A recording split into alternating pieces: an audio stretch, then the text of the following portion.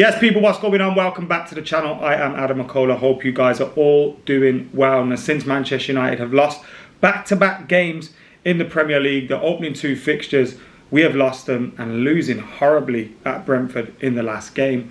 Manchester United have since been linked with a whole host of players over the last couple of days. Loads of players, left, right and centre, you name them. We were linked with a possible deal for Rabiot.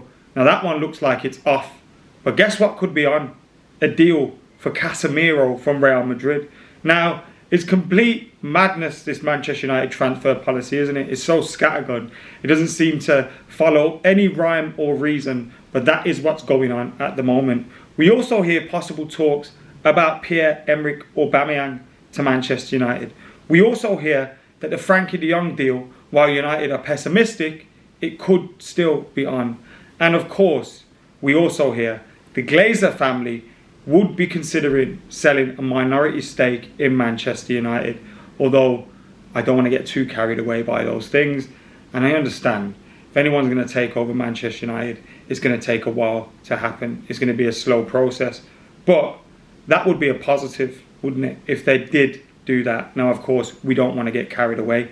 Now, let's get stuck into the transfer news. As I said, Rabiot's camp told Juventus, now this is from Fabrizio Romano, that they have no intention to reduce the salary requests. So there's no way for the Manchester United deal.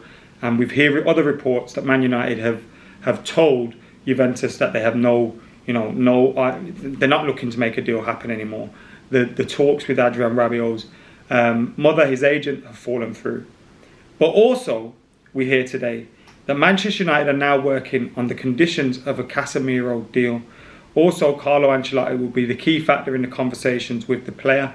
But the player may be up for leaving, the 30-year-old player may be up for leaving Real Madrid because he can boost his wages at Manchester United, get a new challenge. He's been at Real Madrid for a while, but Manchester United seemingly willing to offer, as reported, between 60 to 80 million euros. Now, whilst I think Casemiro is a very good player, he'd bring experience, he'd bring quality to Manchester United's midfield, and he'd be a massive improvement on someone like Rabiot or the people that we have at the moment.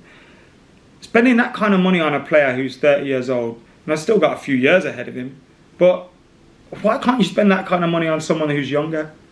And because you're going to be looking to replace Casemiro soon with another big signing. And it kind of just, again, stinks of desperation a little bit. Now, like I said, Casemiro will be a fantastic signing in my opinion, if we get the other players in that we need. But it just leaves you scratching your head a little bit. Now, Shea Guevara on Twitter has posted that reported by Ramon Alvarez, who has shown that he has good sources on Real Madrid, that Casemiro is considering a transfer to Manchester United. He'd be given a huge wage increase. Marco Asensio and Madrid are open to a transfer as well. No offer, but United could be interested. So that's where that one stands at the moment. And like I said, maybe we've dodged a bullet with Rabiot, and maybe signing Casemiro would be a decent option. But it does leave you scratching your head a little bit and wondering what the hell is going on. We also hear from Gerard Romero, the fella that started all this Frankie de Jong stuff, that Chelsea continue to push hard to get Aubameyang. But Manchester United have also joined the bid for Aubameyang. The footballer is silent for the moment. Xavi would like him to stay in the squad. Now, whilst that wouldn't surprise me, United buying a striker that his better years are probably behind him, it's something we've done quite a lot before. I also feel we're probably being used here in order to maybe speed up a deal with Chelsea or to get things moving along, do you know what I mean? I kind of feel like our priorities are probably elsewhere, which, look, we need a striker. I know that, you know that, everyone knows that. But, look, whilst Aubameyang scored goals for Barcelona, we saw him in an Arsenal shirt towards the back end of his career at Arsenal, that he wasn't a positive influence. He wasn't a great leader in the dressing room. He didn't help his teammates move on. He wasn't scoring goals. So whilst he did that, he did okay at Barcelona. I'm not sure that's enough for Manchester United to be then going in and buying him themselves. I'm not sure it's a deal. And plus, it just stinks of short-termism yet again from Manchester United. We're so short-term. We don't have a transfer philosophy. We don't have a transfer plan. I spoke about it in the video I did the other day where I mentioned that, we're constantly going in circles with these guys. Constantly going in circles, failing to back managers properly, failing to invest properly, failing to, have the footballing operations running smoothly, running like a club like the size of Manchester United should. And as a result, we're dropping further behind our rivals. Now we're here, and, Man United fans, I'm one of them, kind of fear that the only way we'll have a bright future is if those guys move on and sell the club. We hear they could be potentially releasing or selling a minority stake in Manchester United. Preliminary discussions about the possibility of a new investor have been held. The Glazers, though, are not yet ready to cede control of Manchester United. And that's where the problem's come in, isn't it? Because we need them ready to get out of there and release control of Manchester United. And whilst that would take a while, I think, for a deal to happen, it probably requires some sort of consortium or something. Of course, there's a possibility you end up in some sort of sports washer's hands, and that's not ideal. It's basically out of the frying pan into the fire. But the Chelsea thing kind of gives you confidence with them having so many offers for them.